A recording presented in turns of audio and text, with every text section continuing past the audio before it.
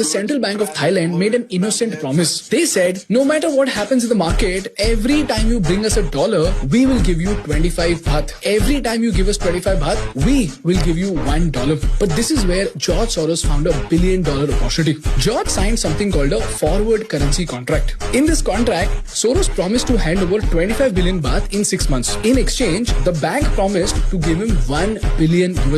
Now, this commercial bank wanted to be safe. So what did they do? They went and sold 25 billion baht to the Central Bank of Thailand, which innocently gave them $1 billion. But when multiple banks started selling the Thai baht to the Central Bank of Thailand, the Central Bank of Thailand started running out of dollars. In fact, on 2nd of July 1997, they only had $2.8 billion left. You know why this was crazy? Because back then, Thailand needed $4 billion just to pay for oil. So on 2nd of July 1997, the Bank of Thailand announced that they can no longer give out dollars and the currency will be determined by market forces alone. Due to this panic, the value of baht crashed from 25 all the way to 50 baht to the dollar. After 6 months, George Soros came back into the picture. He goes to the open market, pays $500 million to buy 25 billion baht at the new cheap rate of 50 baht to the dollar. Then he takes that pile of 25 billion baht back to the bank to fulfill his contract. So he hands over this 25 billion baht and the bank hands him $1 billion